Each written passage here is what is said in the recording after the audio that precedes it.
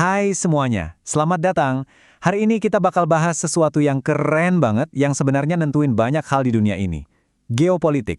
Dan fokus kita kali ini adalah satu negara yang potensinya itu, wah, bisa mengubah peta kekuatan di abad ke-21. Siapa lagi kalau bukan Indonesia? Langsung aja kita mulai ya. Jadi, geopolitik itu apa sih sebenarnya? Gampangnya gini deh, bayangin ini kayak papan catur raksasa, catur dunia. Tapi bidaknya bukan kuda atau benteng, melainkan yaitu gunung, lautan, bahkan cadangan tambang. Jadi intinya, geopolitik itu ilmu yang mempelajari gimana letak geografis sebuah negara, lokasinya, luasnya, sumber dayanya, bisa jadi kekuatan utama atau malah jadi kelemahannya di mata dunia. Nah, ini dia poin utamanya. Kalau kita lihat peta dunia pakai kacamata geopolitik ini, jujur aja, nggak banyak negara yang punya potensi mentah sebesar Indonesia. Inilah kenapa topik ini penting banget buat kita bedah sekarang.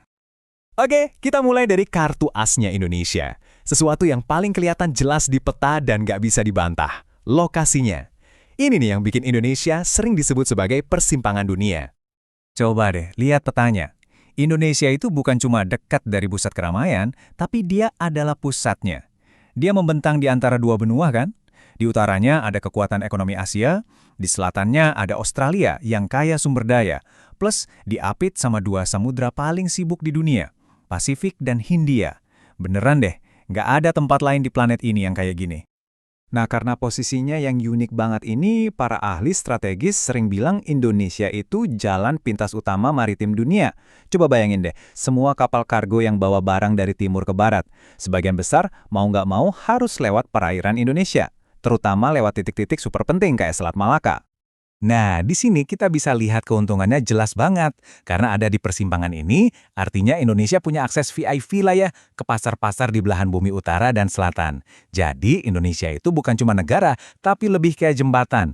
Jembatan yang nyambungin ekonomi, orang-orang, dan berbagai peluang dari seluruh penjuru dunia. Oke, tadi kita udah bahas soal alokasi, sekarang kita pindah ke pilar kedua, yaitu soal ukuran.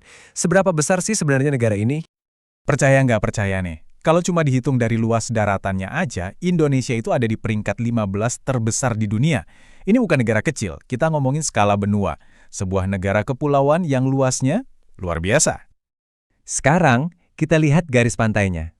Panjangnya itu 95.161 km. Biar kebayang nih ya, panjang segitu tuh cukup buat ngelilitin seluruh planet bumi lebih dari 2 kali. Gila kan? Itu panjang banget. Dan dengan panjang segitu, Indonesia jadi punya garis pantai terpanjang nomor 2 di dunia. Cuma kalah dari Kanada. Ini aset maritim yang nilainya, wah, gede banget. Garis pantai yang super panjang ini juga bukan cuma angka loh. Di sepanjangnya ada kehidupan, ada ekosistem yang penting banget. Bayangin, hampir 1/5 atau tepatnya 19% hutan bakau di seluruh dunia yang sering disebut paru-parunya pesisir planet itu adanya di Indonesia. Dan ceritanya nggak berhenti di situ. Kalau kita nyelam ke bawah lautnya, kita bakal nemuin hal yang sama. Indonesia itu rumah bagi 18% terumbu karang dunia. Ini benar-benar pusatnya keanekaragaman hayati laut global. Harta karun bawah laut yang krusial banget buat kesehatan planet kita. Terus, apa artinya semua ini? Ukuran yang super besar ini artinya apa? Artinya, Indonesia jadi mitra yang nggak bisa diabaikan. Mau ngomongin soal konservasi laut, riset iklim, sampai keamanan maritim, Indonesia itu pemain kunci. Ukurannya bikin dia jadi pusat perhatian.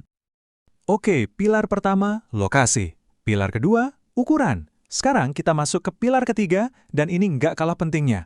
Apa yang ada di dalam wilayah Indonesia itu? Kekayaan alamnya. Ini benar-benar kayak peti harta karun. Jadi, Indonesia itu bukan cuma luas, tapi juga isinya banyak. Negara ini tuh literally duduk di atas tambang emas sumber daya. Ada sumber energi yang dibutuhin banyak negara, kayak batu bara dan gas alam. Ada juga bahan baku buat teknologi canggih, misalnya bauksit buat baterai atau nikel buat baja. Belum lagi kekayaan lautnya yang melimpah. Udang, rumput laut, ikan, daftarnya panjang banget. Dan jangan salah ya, sumber daya ini bukan cuma disimpan aja. Ini semua aktif menggerakkan roda ekonomi dunia sekarang juga. Coba kita lihat tabel ini. Batu bara dari Indonesia itu penting banget buat industri di Korea Selatan. Terus gas alamnya jadi bahan baku vital buat industri di Jepang.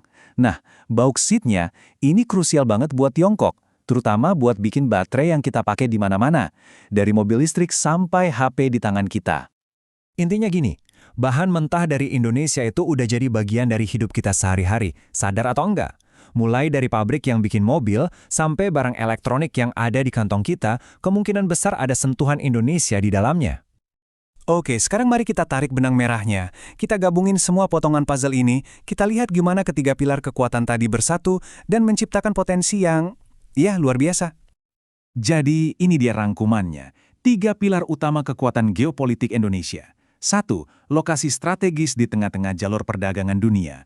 2. Ukurannya yang super besar, skala benua. Dan 3. Sumber daya alamnya yang melimpah ruah. Kalau ketiga faktor ini, lokasi, ukuran, dan sumber daya, digabungkan, kesimpulannya cuma satu, dan gak bisa dibantah.